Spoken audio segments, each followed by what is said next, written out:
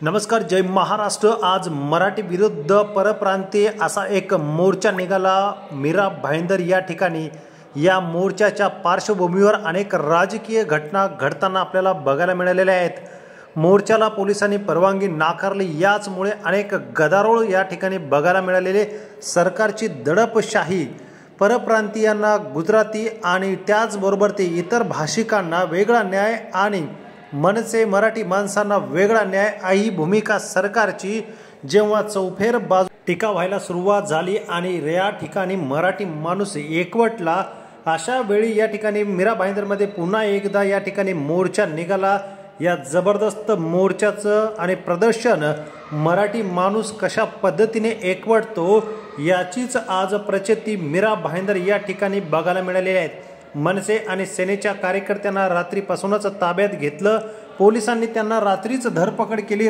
बेरात्री जाऊन मराठी नेत्यांवरती अन्याय, मात्र मारवाडी नेत्यांवरती हा वेगळा न्याय या ठिकाणी बघायला मिळालेला आहे।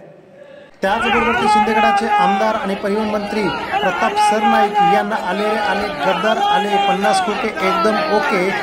त्याचबरोबर आंदोलक या ठिकाणी तुटून पडताना आपल्याला दिसत आहे। शेवटी यांना या ठिकाणी काढता पाय घ्यावा लागलेला आहे। हा व्हिडिओ आपण बघू शकता। नक्कीच प्रताप सरनाईक आले होते, काढता पाय घ्यावा लागलेला आहे।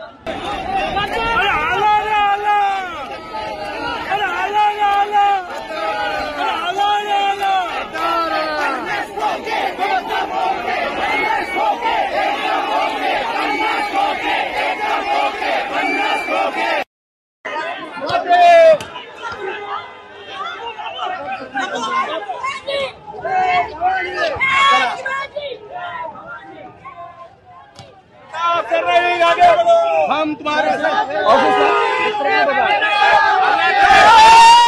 कशा प्रकारे मराठी माणूस एकवटल्यानंतर ही तुफान गर्दी आणि या ठिकाणी मी मराठी टोपी घालून आलेले परिवहन मंत्री प्रताप सरनाईक यांना मात्र या मोर्चामधून काढता पाय घ्यावा लागला। त्याचं कारण म्हणजे जेव्हा धरपकड झाली आणि तुमचं सरकारमध्ये असताना ही भूमिका, त्यामुळे लोकांचा रोष आपल्याला बघायला मिळाला। धन्यवाद।